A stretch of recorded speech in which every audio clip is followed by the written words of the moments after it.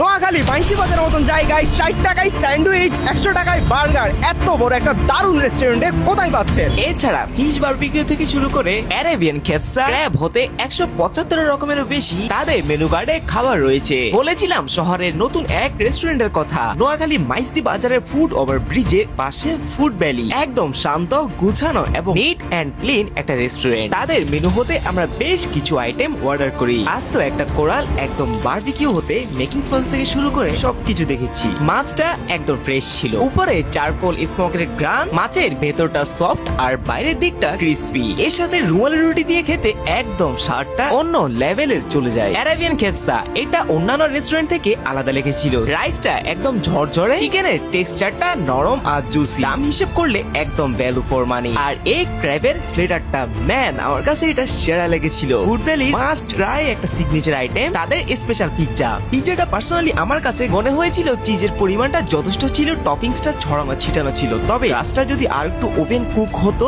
তাহলে মেল্টি ফিলটা আরো আসতো। ফুড ভ্যালির স্পেশাল সালাদ, এই সালাদটা লাইট ওয়েট হলেও কিন্তু স্বাদে ভরপুর, একদম হেলদি এবং ব্যালেন্স টেস্টের একটা আইটেম। এছাড়া তাদের স্পেশাল রাইসটা ছিল আরো বেশ মজার। আর আমার কাছে সবচেয়ে বেশি ভালো লেগেছিল তাদের গ্র্যাব ব্রেড সসটা, ম্যান সেরা। যারা ভিন্ন রকমের খাবার, নতুন স্বাদ আর দারুণ একটা ফ্যামিলি ভাইব উপভোগ করতে চান তাদের জন্য ফুড ভ্যালি অবশ্যই যাওয়ার মতো একটা জায়গা।